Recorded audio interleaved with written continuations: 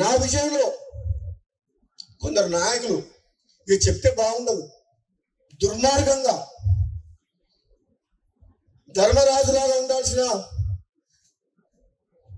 జానారెడ్డి గారు కూడా మహాభారతంలో ధృతరాష్ట్రం పాత్ర పోషిస్తాడు. నాకైతే బాధ అనిపిస్తుంది. నాలాంటి వ్యక్తికి ఏదైనా వస్తుంది అంటే 10 మందికి పనికొచ్చే మనిషిని 1000 మందిని కాపాడే వ్యక్తిని నాలాంటి వ్యక్తికి అడ్డం తగులుతుందంటే ఇక నేనేం చెప్పాలో నాకు అర్థమవుతలేదు. అందుకని ఇంతకంటే ఎక్కువ చెప్పలేదు. ఇప్పటికే చెప్పదలుచుకుని చెప్పిన మనసులో ఉన్నది చెప్పినా మరి నన్ను చూస్తే భయపడుతున్నారు అందరూ. నేను వస్తున్నట్టుగా బామ్మడి వస్తే ఏం చేస్తాడో ఆయన మా మాట వింటాడో వినడో అనుకుంటుందా ఏందో మరి. అధిష్టానమేమో ఇస్తా అంటుంది. ఆయన 20,000 30,000 మంత్రి పదవి అనిపించారు. ఇప్పుడు వచ్చి గుర్తొచ్చింది రంగారెడ్డి హైదరాబాద్.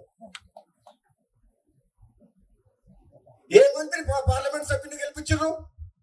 చాలా మంది మంత్రులు తెలంగాణలో పార్లమెంట్ కు ఇన్ఛార్జ్ పెట్టిన మంత్రి. కానీ భువనగిరి పార్లమెంట్ కు మంత్రి ఇన్ఛార్జ్ రాలే, ఒక ఎమ్మెల్యేగా ఇన్ఛార్జ్ పెట్టింది కాంగ్రెస్ పార్టీ. అన్ని పార్లమెంట్లకు ఇన్ఛార్జ్ మంత్రులను పెడితే మరి నిజంగా నాకే కెపాసిటీ లేకపోతే, నాకే ధైర్యం లేకపోతే, నాకే మంచి పేరు లేకపోతే, నేనే గెలిపించే శక్తి లేకపోతే ఎందుకు ఇన్ఛార్జ్ పెట్టింది నన్ను? అన్ని తెలంగాణ మొత్తం మంత్రులు ఇన్ఛార్జ్ పెట్టి భువనగిరికి ఎందుకు ఎమ్మెల్యేని ఇన్ఛార్జ్ పెట్టిండ్రు? అంటే గెలిపించే సత్తా ఉంది, ప్రజల్లోకి పోతానే కదా. మరి ఇచ్చిన మాట నిలబెట్టుకునే బాధ్యత ఎవరిది? మీరు ఇన్ఛార్జ్ పెడితే గెలిపించి ఇచ్చినవా లేదా సీటు? ఎవరిచ్చిండ్రు? ఆదిలాబాద్ గెలిచిందా? మహబూబ్ నగర్ గెలిచిందా? సికింద్రాబాద్ గెలిచిందా? మల్కాజ్గిరి గెలిచిందా? మేదక్ గెలిచిందా? కరీంనగర్ గెలిచిందా? ఈ మంత్రులను ఎక్కడ పోయిండ్రు?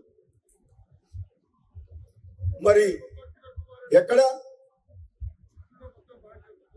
నేను అడిగేది ఓ దయా దాక్షిణ్యాల మీద మీరు ఎప్పుడు ఇస్తారా అని మేము ఎదురు చూస్తలేము. నిజంగా పార్టీ బతకాలంటే, ప్రభుత్వం మంచి పేరు తేవాలంటే, నిజాయితీగా సమర్థవంతంగా ప్రజల కోసం, పార్టీ కోసం, ప్రభుత్వం మంచి పేరు తీసుకొచ్చే వ్యక్తులకే ఇవ్వాలి అని చెప్పి అంటున్నాం. ఈ పైరవికారాన్ని పక్కన పెట్టాలి.